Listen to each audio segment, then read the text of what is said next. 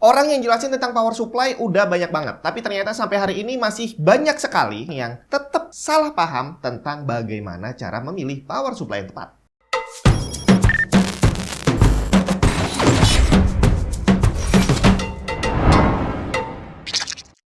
Jadi ceritanya ada banyak keanehan kalau saya merhatiin orang yang nonton sebuah video gitu ya. Jadi kalau kamu nonton video di YouTube saat kamu cari informasi terutama tentang power supply, itu biasanya yang bikin video udah menjelaskan dengan detail sekali.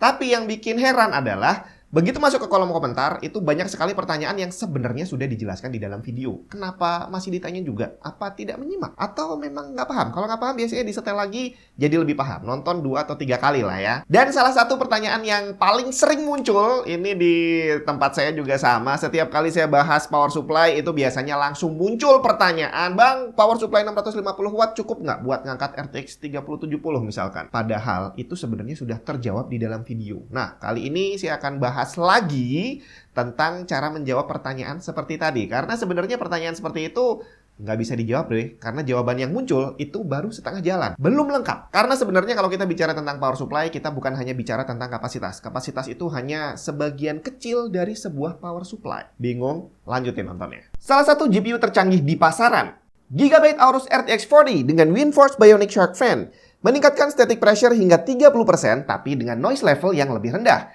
Ditambah dimensi heat pipe dan fin yang 30% lebih luas, menjamin temperatur tetap dingin.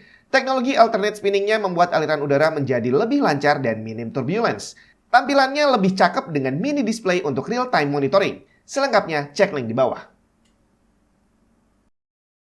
Tadi adalah salah satu contoh pertanyaan, tapi kita bahas dari awal dulu aja tentang salah kaprah power supply. Jadi satu pertanyaan lagi yang paling sering saya temui di forum-forum adalah, Bang, listrik rumah saya 900 VA atau 900 watt biasa orang nyebutnya, kuat nggak kalau kira-kira saya pakai power supply yang 650 watt atau yang 750 watt misalkan? Dan ini adalah pertanyaan yang sebenarnya nggak bisa dijawab, karena yang bisa jawab cuma kamu yang punya rumah, yang tahu bagaimana kondisi kelistrikan di rumah kamu. Apakah 900 watt tadi cuma dipakai untuk PC doang atau juga untuk yang lain. Dan hal ini kalau udah di dalam forum itu juga paling males kalau mau jawab, karena walaupun udah dijelaskan di situ, nanti nungguin 15 menit bakal ada orang lain lagi yang menanyakan pertanyaan yang sama. Buat apa ada Google? Karena kalau kamu ketik di Google biasanya akan muncul jawaban yang udah banyak banget. Nah, di sini saya jelasin sekali dan semoga semuanya bisa nangkap ya, bahwa PC itu akan narik listrik sesuai dengan yang dia butuhkan. Jadi kalau dia butuhnya 300 watt, ya dia akan narik 300 watt, kurang lebih. Mau kamu pakai power supply yang 500 atau 1500 sekalipun, PC-nya akan narik listrik kurang lebih hanya 300 watt. Gampangnya seperti itu. Ada lagi hitungan tentang efisiensi, tapi itu adalah pembahasan yang berbeda. Dan sebenarnya udah pernah saya bahas juga di video yang ini. Nah, masalah kalau PC-nya dinyalain, dicetekin, dicolokin, langsung anjlok listriknya, itu bukan masalah kapasitas. Itu namanya adalah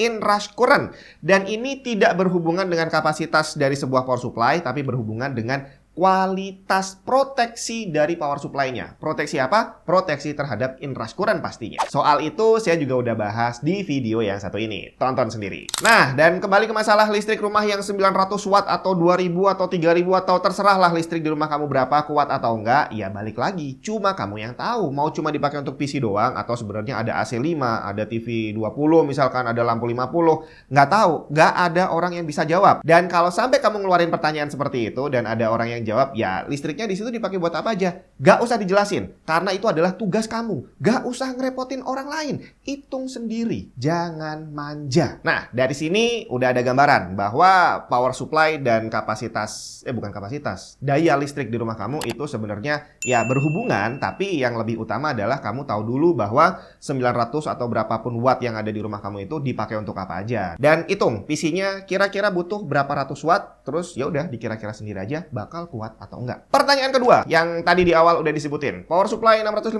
watt cukup nggak buat nyalain RTX 3070? Ini juga sebenarnya pertanyaan yang bukan nggak bisa dijawab, tapi nggak perlu dijawab. Karena kamu tinggal ketik di Google, langsung muncul bre. Karena dari pabrikan itu udah bilang bahwa GPU ini butuh rekomendasi power supply minimal sekian. Jadi biasanya orang yang mengeluarkan pertanyaan itu bukan untuk bukan untuk cari power supply yang tepat, tapi lebih untuk justifikasi bahwa pabriknya bilang 650, gue punyanya duit 550, cukup nggak ya? Ya terserah lu, karena memang pabriknya bilang begitu dan kamu hanya mencari pembenaran untuk membeli power supply yang tidak sesuai dengan anjuran pabrik. Tapi jangan salah, jawaban yang kamu dapat tadi itu baru setengah jalan. Karena kalau kita bilang 650 watt untuk 3070, ya kuat sih, tapi bukan itu inti dari sebuah power supply.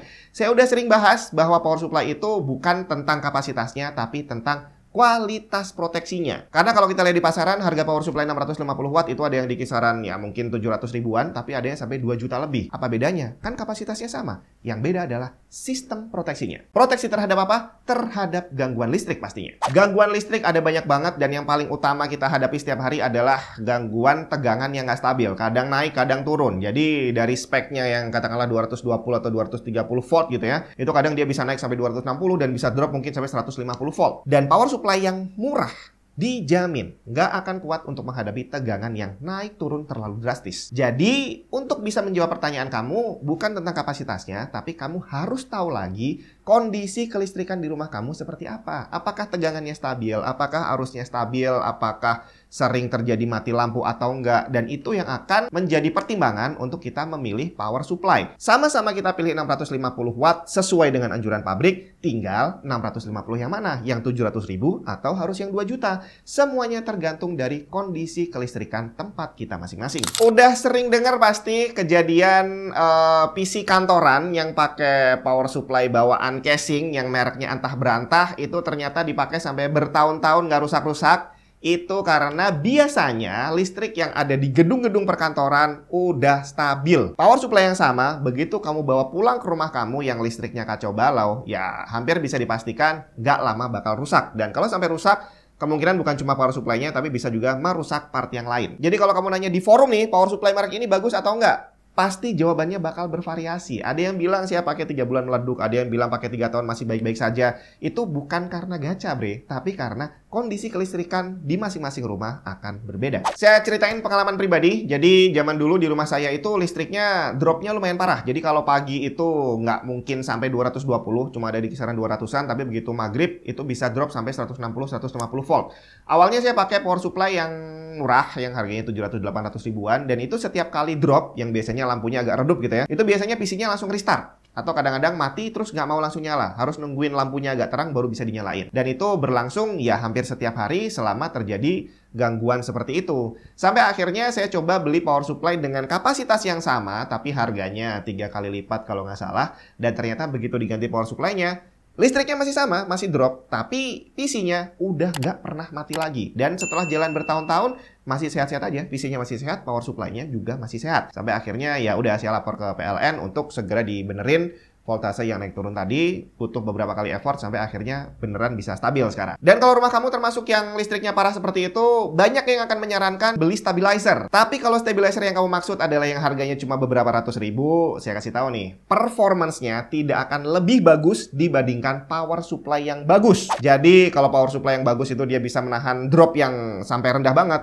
Stabilizer yang kecil ini dia nggak sampai segitu udah KO juga. Jadi daripada duitnya kamu pakai untuk beli power supply yang ya so-so ditambah stabilizer yang juga so-so, mendingan duitnya digabungin beli power supply yang langsung bagus sekalian. Kemudian salah kaprah berikutnya adalah tentang efisiensi, bahwa 80 plus yang silver, gold, platinum, titanium itu menjamin kualitas dari sebuah power supply. Itu ya nggak 100% benar, karena efisiensi tadi adalah sertifikasi untuk menunjukkan efisiensinya doang, bukan tentang part yang terpasang itu kualitasnya bagus atau enggak, terus bagaimana sistem proteksinya, nggak ada. Jadi hanya masalah efisiensinya aja. Dan jangan salah, di pasaran banyak banget power supply yang nempel 80 plus tapi palsu. Tapi itu nggak akan kita bahas. Selama brandnya brand yang bagus, otomatis labelnya udah pasti valid ya. Nah, tinggal masalahnya memang benar bahwa secara strata semakin tinggi 80 plusnya biasanya kualitasnya juga akan mengikuti semakin bagus dan harganya pun juga akan semakin mahal. Jadi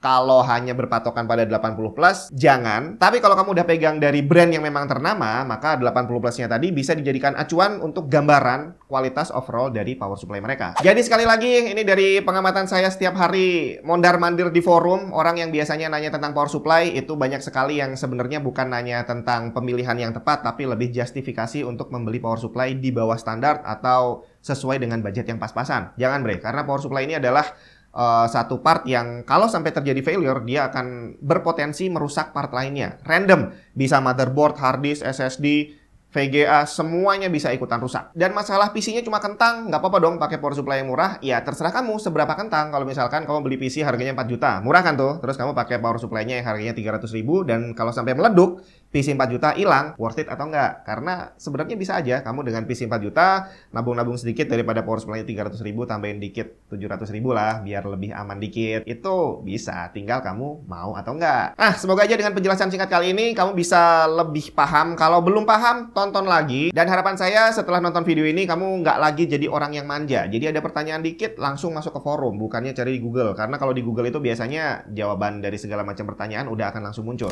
Jadi jangan terlalu manja dan minta disuapin terus bre. Sekali-sekali kamulah yang nyuapin orang, iya kan?